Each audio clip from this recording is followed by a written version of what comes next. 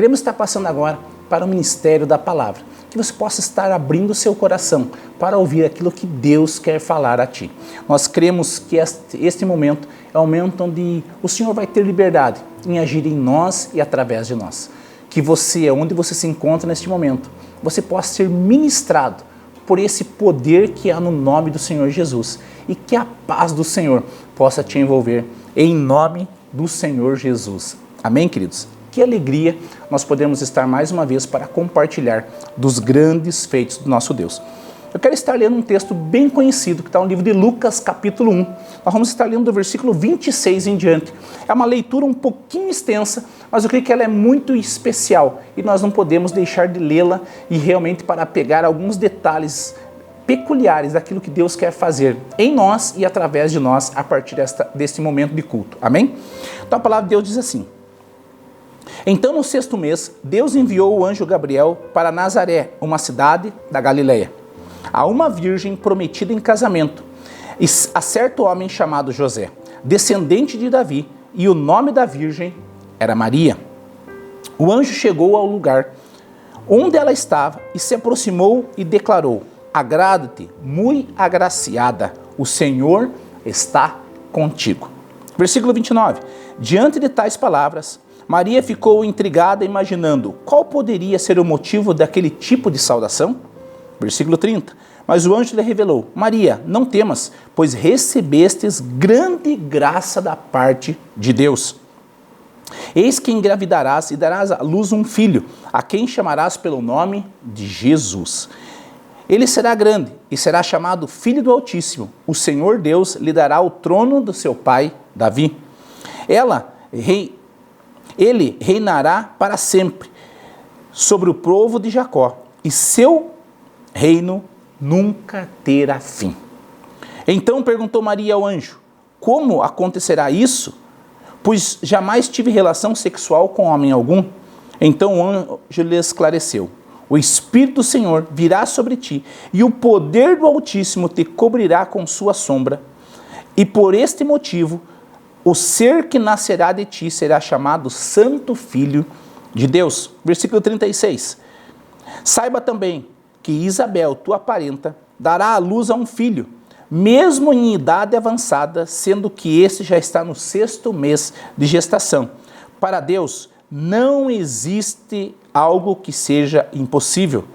Diante disso, declarou Maria: Eis-me aqui a tua serva, que se realize em mim tudo conforme a sua palavra.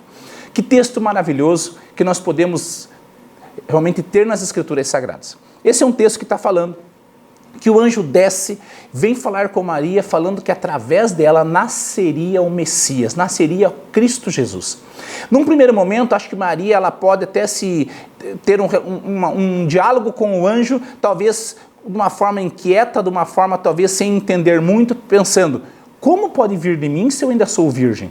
Ou seja, pode ser que ele venha no endereço errado, que ele tenha vindo falar algo que era para outra Maria e não para mim. Ou seja, Maria se acha incompatível com aquilo que Deus queria fazer em sua vida e através da sua vida, até mesmo para envolver as nossas vidas até os dias de hoje. Querido, mas o anjo começa a falar: Maria, lembra a tua parenta, a Isabel, avançada de idade, uma mulher que era estéril? Pois bem, ela está no 6º mês de gravidez. E ele fala: para Deus nada é impossível. Querido, a mensagem deste momento de culto, quero trazer ao teu coração, o título é: para Deus não há impossíveis. Não importa o que você esteja passando em sua vida, não importa quais são as lutas que você tem passado, mas para o nosso Deus não existem impossíveis para Ele. Quando Ele quer fazer algo e nós realmente não o atrapalhamos, mas nós nos dispomos a realmente nos submeter à sua vontade, certamente coisas extraordinárias acontecem e acontecerão em nós e através de nós. Veja que Maria, ela se acha incompatível. Ela fala: como? Não pode acontecer através de mim. Eu ainda sou virgem. Mas o que o anjo responde é trazendo à memória aquilo que Deus já tinha feito na sua própria família. Lembra a tua parenta? Ela era avançada de idade, ela era estéril e ela está no 6º mês de gravidez. O que Maria responde, querido, no versículo 38 é algo muito especial. E ela fala assim: Diante disso, declarou Maria: eis que a tua serva, Senhor, eis aqui a tua serva, Senhor, que se realize em mim conforme a tua palavra. Querido, veja que o anjo começa a motivar e inspirar Maria e fala assim: para Deus não há impossíveis. E ela fala: então seja feita conforme a sua vontade. Querido, o impossível é o meio pelo qual Deus age. Pode ser que tem coisas na sua vida, no seu casamento, na sua vida profissional, na sua vida natural, física, na sua saúde, que você acha que é impossível algo acontecer. Talvez uma enfermidade, talvez uma situação no seu próprio casamento em si, que você acha, isso é impossível de ser resolvido. Eu quero dizer algo para você profeticamente nesse momento. Para Deus, nada é impossível. E se você, como Maria colocou, seja feita conforme a sua vontade, Senhor, a Bíblia diz que Deus fez na vida de Maria, através da vida da Maria, aquilo que ele tinha prometido através do anjo Gabriel. Significa que eu e você podemos ver os impossíveis de Deus e experimentar a sua boa, a sua agradável e a sua perfeita vontade. Ou seja, tem coisas que talvez você esteja falando consigo mesma. Para mim é impossível, eu não irei conseguir. Eu sou incompatível com isso. Querido, o que Deus tem para a sua vida é exatamente algo peculiar, feito e criado exatamente do seu tamanho, do seu jeito, da sua forma, porque Deus quer fazer algo na sua vida e através da sua vida.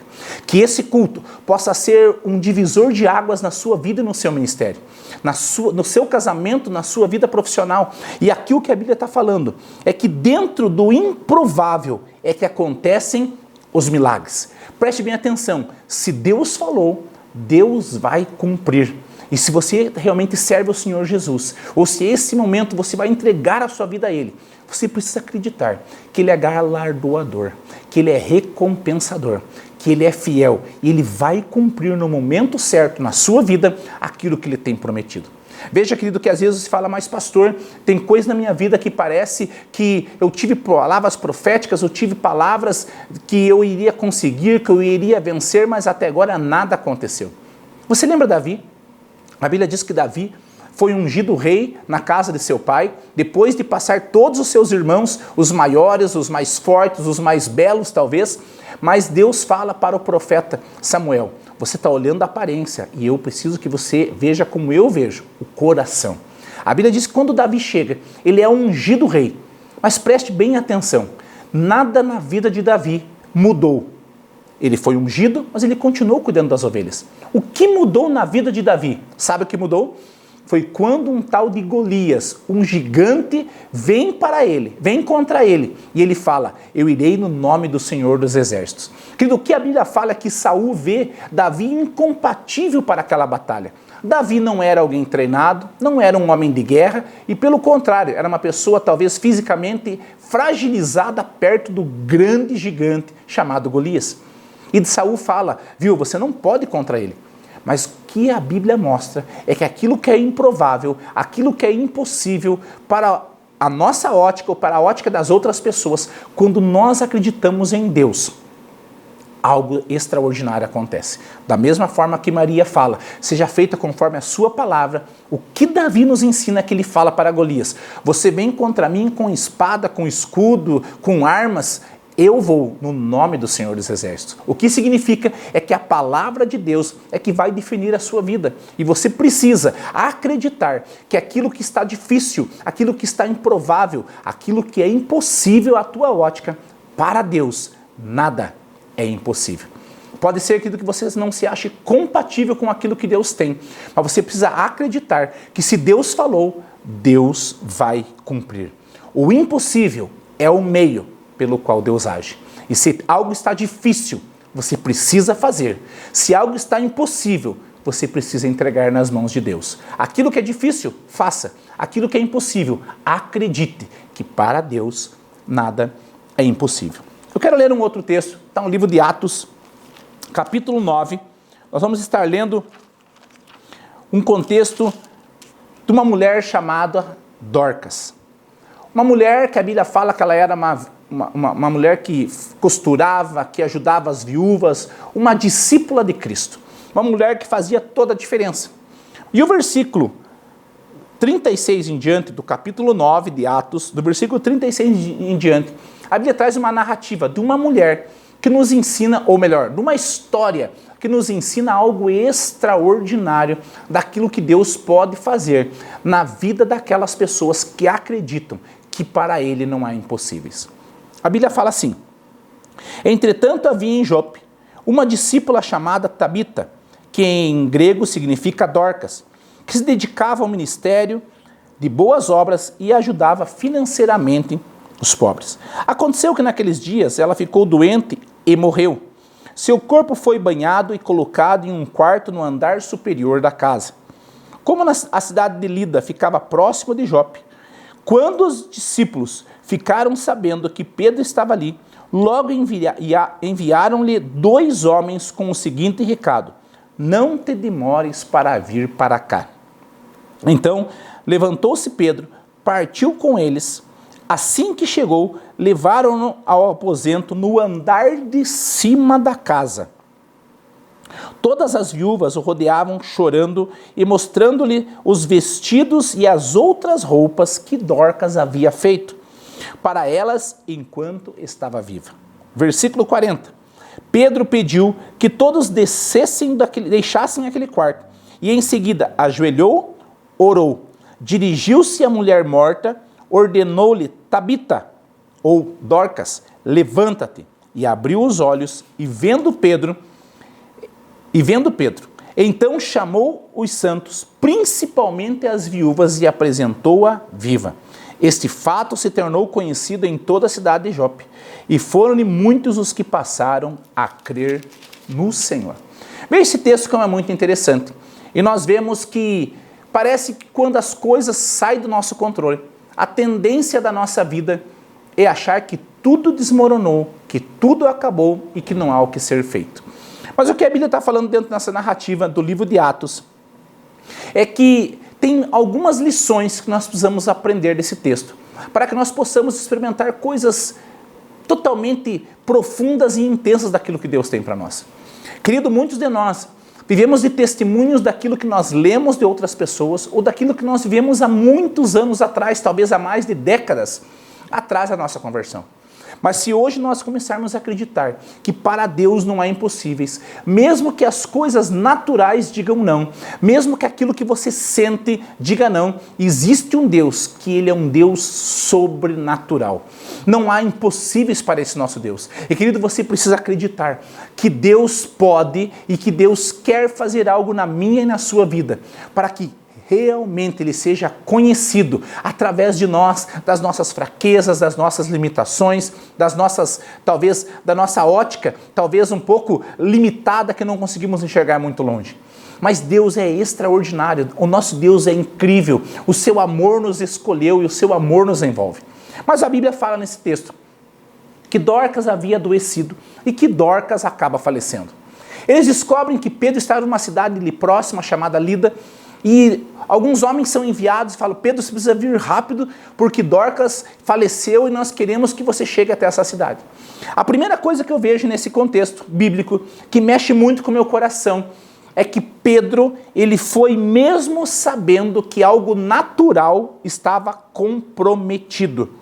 Que mesmo algo natural já tinha acabado as expectativas positivas. Preste atenção, Dorcas havia morrido. Mas a Bíblia fala que Pedro vai em direção a Jope, que Pedro vai em direção àquela mulher já morta. Preste bem atenção.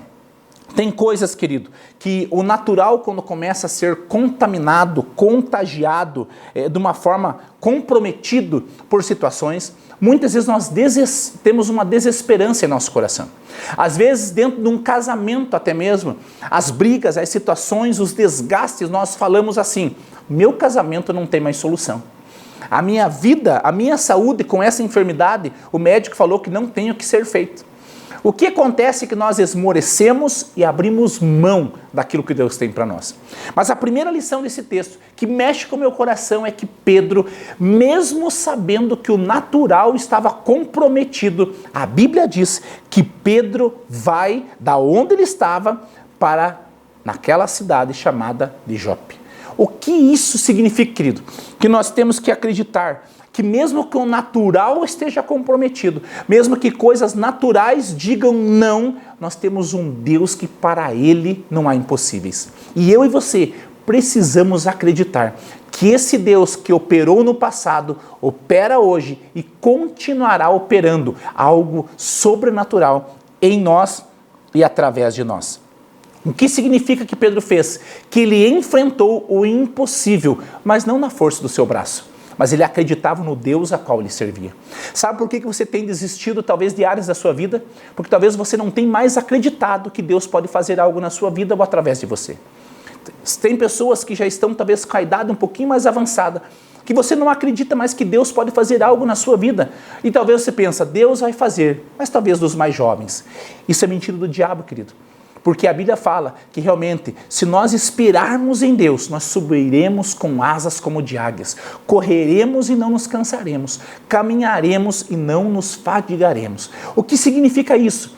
É que se nós esperarmos em Deus e acreditarmos, não há impossíveis para o nosso Deus. Aquilo que você já está desistindo, ou aquilo até mesmo que você já enterrou, que você não acredita que Deus pode fazer, pode ter certeza. Se você encarar isso no nome do Senhor, como Davi fez com o Golias, certamente, quanto maior o gigante que tem se levantado contrário a você, maior será o seu tombo e maior será o louvor, a honra e a glória ao nome do Senhor Jesus. A primeira lição que eu vejo nesse texto é que Pedro, mesmo sabendo que o natural estava comprometido, ele não desanimou, ele não olhou apenas as impossibilidades ou as improbabilidades e ele encarou a situação. Você precisa sair dessa zona onde o inimigo está talvez colocando no teu coração, que não adianta mais, não tem mais solução para você.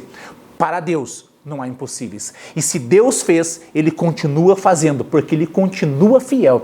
E Ele é o maior, a pessoa mais interessada no teu sucesso, porque o nome dEle será glorificado em você através de você. A segunda coisa que eu vejo nesse texto é que a Bíblia fala que muitas pessoas estavam murmurando, muitas viúvas estavam chorando e apenas lamentando, mostrando para Pedro, olha as roupas que Dorcas havia feito quando ainda estava viva. O que aquelas pessoas estavam fazendo, querido? Estavam apenas olhando aquela história daquela mulher com um fim, com um ponto final. O que elas estavam olhando era realmente uma mulher que apenas dali a algumas horas ia ser enterrada. Elas estavam murmurando, apenas lembrando do passado, mostrando uma roupa que havia sido feita. Sabe qual é o problema quando há murmuração e quando nós não acreditamos? A tendência é nós começarmos a olhar para trás e não acreditar que ainda hoje Deus continua fazendo os seus grandes feitos. Até hoje, Deus continua ressuscitando pessoas. Até hoje, Deus continua curando pessoas. Até hoje, Deus continua restaurando relacionamentos. E o que essas viúvas nos ensinam? É que elas começavam apenas a chorar, murmurar a perda de Dorcas, apenas lembrando o que ela havia feito. Ou seja, para elas não havia mais um presente, muito menos um futuro para esta mulher. Afinal, ela estava morta. Mas o que Pedro nos ensina nesse contexto é que ele retirou de perto dele essas pessoas murmurantes e negativas. Quando aquelas mulheres começaram tanto a falar do passado, do que havia feito, e choro, e luto, o que Pedro nos ensina? Que nós precisamos tirar essas pessoas que murmuram, que lamentam e que só olham o passado, como se o passado fosse algo que era melhor, que não tem mais volta. Querido, isso é mentira. O que Pedro fala é que tira todo mundo daquele quarto. O que significa? É que tem momentos na nossa vida que nós precisamos não necessariamente tirar as pessoas e não ter relacionamento mais com elas, mas tem lugares que Deus quer te levar que outras pessoas não vão entender. O que elas perceberam quando Pedro chega é que não ele poderia orar e ela ser curada, elas apenas estavam lamentando a morte. Elas apenas olhavam as roupas feitas. Você lembra a história de Abraão? Quando Deus pede seu filho Isaque? Alguns servos o acompanham até o meio daquela montanha. No meio da montanha, a Bíblia fala que Abraão fala para os servos, fiquem aqui que eu subirei com o moço a adorar. Sabe o que vem no meu coração? Abraão já da idade avançada, seu filho da promessa, e Deus pede ele. O que eu entendo que talvez pode ter acontecido é que Abraão fala para os servos ficarem, porque se eles subissem juntamente com Abraão e Isaque, quando tivesse arrumado as madeiras, a lenha para realmente o holocausto, para quando ele pegasse o cutelo, ou seja, aquela faca, para matar o seu filho e depois atear fogo no seu corpo, aqueles servos não iriam entender e iam falar, talvez o velho Abraão ficou louco. O que significa não é que Abraão ignorou aqueles homens a ponto de nunca mais ter relacionamento com eles. A Bíblia fala que ele desceu a montanha e certamente ele pegou os servos e continuou a caminhada. Mas existem lugares mais altos que Deus precisa te levar. Mas talvez pessoas não vão entender. Talvez o seu cônjuge não vai entender aquilo que você quer viver em Deus. Querido, tem pessoas que não vão entender que nós queremos ser profundos em Cristo Jesus. A tua profundidade em Deus vai ser uma afronta para quem quer viver uma superficialidade sem Ele. E o que nós vemos aqui nesse texto é que Pedro afasta essas pessoas. Ele tira esses murmurantes de perto dele. E ele começa realmente a ter uma vida, uma ação com fé. Tem pessoas que talvez apenas falam que para você não adianta. Que vai ser igual um familiar mais velho, que um tio, que uma avó, que uma mãe, que a tua solução está, parece, sendo reprisando do antepassado. Aqui eu quero dizer algo a você. O que Pedro faz é que ele não queria mais escutar murmuração. Ele precisava ativar a fé, porque o Deus que ele servia, para ele, não havia impossíveis. E o que nós vemos é quando ele tira, querido, essas pessoas negativas, certamente ele começa a agir de uma forma diferente. Eu não sei se algum dia você já viajou de avião alguma vez, mas normalmente quando alguém vai viajar de avião, tem pessoas que falam, mas você soube que caiu um avião em outro lugar? Você soube que aconteceu um acidente? Ou seja, sempre as pessoas negativas, elas vão olhar o lado errado, o lado ruim das histórias. Mas para nosso Deus não há impossíveis. Existem casamentos que estão acabando, mas o seu não precisa acabar, porque Deus é fiel. E se eu e você acreditarmos que Ele tem um propósito para nós, certamente nós experimentaremos algo extraordinário de Deus. Querido, então, nós vemos que Pedro ele começa a nos ensinar as lições. A primeira coisa, ele vai, mesmo sabendo que o natural estava já de uma certa forma comprometido. Segundo, ele tira as pessoas murmurantes, ele retira as pessoas negativas à sua volta. A terceira coisa que Pedro faz, a Bíblia fala que ele se ajoelha e começa a orar. O que para mim significa isso? Que ele poderia ficar em pé e orar para que a pessoa ressuscitasse. Mas o fato dele se ajoelhar, para mim, significa que ele está reconhecendo que ele não tem nada a oferecer e que Deus, o Senhor da sua vida, o Senhor Jesus, ele tinha que entrar em ação naquele momento para apenas não ter apenas um enterro a respeito daquela mulher, mas para ter uma ressurreição.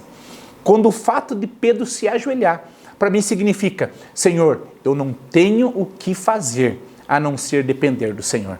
Talvez este é o momento de você reconhecer, e não apenas fisicamente se ajoelhar, mas você se prostrar emocionalmente e espiritualmente diante de Deus e falar, Deus, eu já naturalmente não tenho o que ser feito, mas eu vou continuar a acreditar, eu vou reconhecer que de mim não tenho o que oferecer, mas o Senhor tem tudo aquilo que eu preciso, porque o Senhor é o meu pastor e nada me faltará.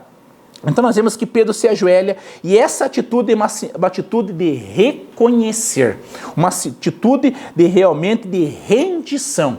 Ele se ajoelha falando, Deus, existe uma possibilidade se o Senhor estiver nesse negócio.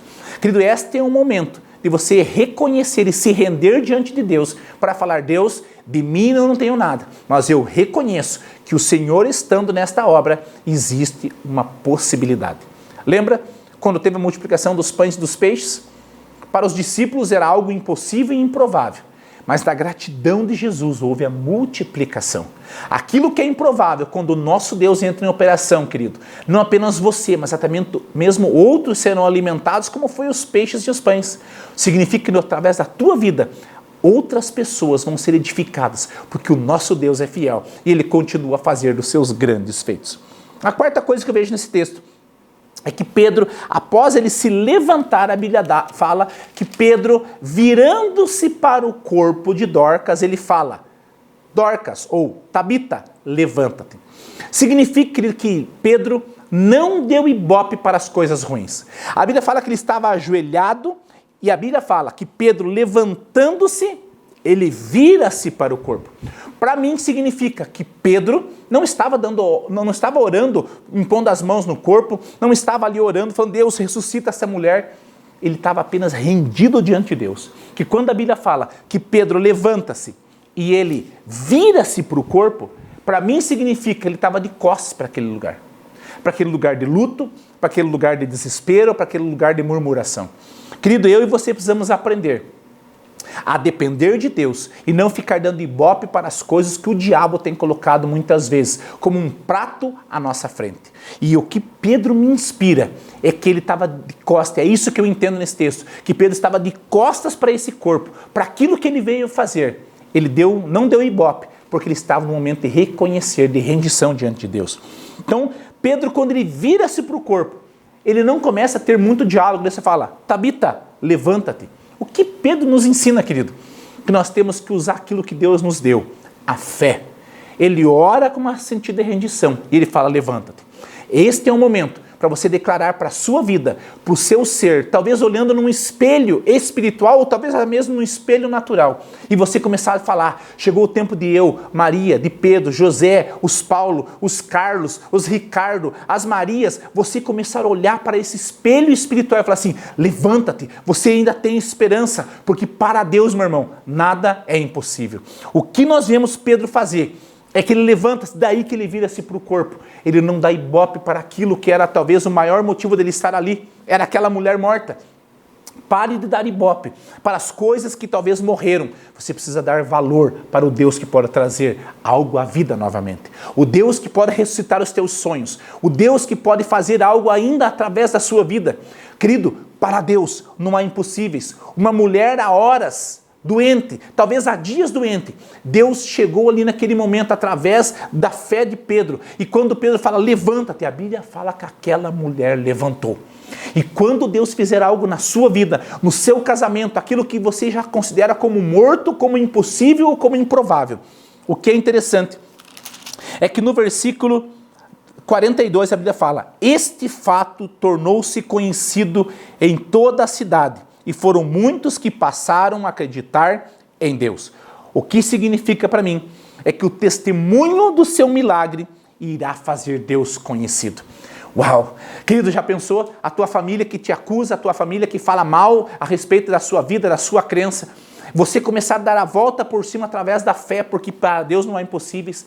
Eles começarem a conhecer um Deus que continua a fazer milagres. Um Deus que continua a mudar histórias. E aqui a Bíblia fala que através dessa mulher que ressuscitou, através daquilo que Deus, que Jesus operou, o nome dele se tornou ainda mais conhecido.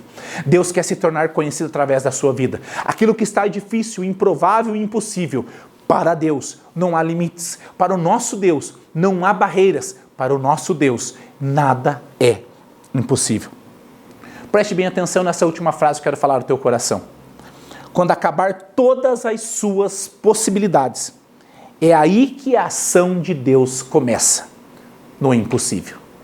Aquilo que está impossível, aquilo que é para você, acabou todas as suas possibilidades. Quando Deus entrar em operação na sua vida, o nome dele será conhecido através da tua vitória. Eu profetizo sobre você esta noite, profetizo sobre você neste momento, que Deus vai fazer coisas extraordinárias em você e através de você. O que você precisa acreditar é que se para você está difícil, faça. Se está impossível, acredite em Deus e confie nele, porque para ele nada é impossível. Vamos estar orando para estarmos encerrando o nosso culto neste momento, em nome do Senhor Jesus. Pai, eu quero orar por cada pessoa que nos acompanha por essa plataforma digital. Deus, tem pessoas que enxergam suas vidas, seus sonhos, sua saúde, seus trabalhos como coisas improváveis, impossíveis, difíceis de realmente acontecer algo positivo ou algo bom. Deus, que esta palavra seja retirada das suas vidas. E Pai, como Maria naquele momento, ela fala, então seja feito conforme a tua vontade. A Bíblia fala que dele a alguns meses nasce Jesus. Deus, que essas pessoas possam acreditar e falar: Deus, seja feita conforme a sua vontade. Pai, eu abençoo cada um. Eu declaro o Senhor levantando cada pessoa, a elas realmente, mesmo sabendo que o natural esteja talvez comprometido, que elas não desistam, que elas tirem as pessoas, as circunstâncias que murmuram e que apenas olham para trás, para o passado, como um empecilho, que saiam das suas vidas, que elas possam reconhecer o Senhor e apenas declarar para esses problemas: levanta-te, porque chegou o tempo do Senhor te levar para um novo lugar. Pai, nós te louvamos por essa noite. Te louvamos por essa oportunidade que o Senhor está fazendo e realizando em nós e através de nós. Eu abençoo cada um dos teus filhos. Que o amor de Deus Pai, que a graça e a misericórdia do Senhor Jesus Cristo e que a doce comunhão e os dons do Espírito Santo nos acompanhe e esteja sobre todos nós para todos sempre, em nome do Senhor Jesus. Deus abençoe, meu querido, e até o próximo Semi-Vida em Casa, em nome do Senhor Jesus.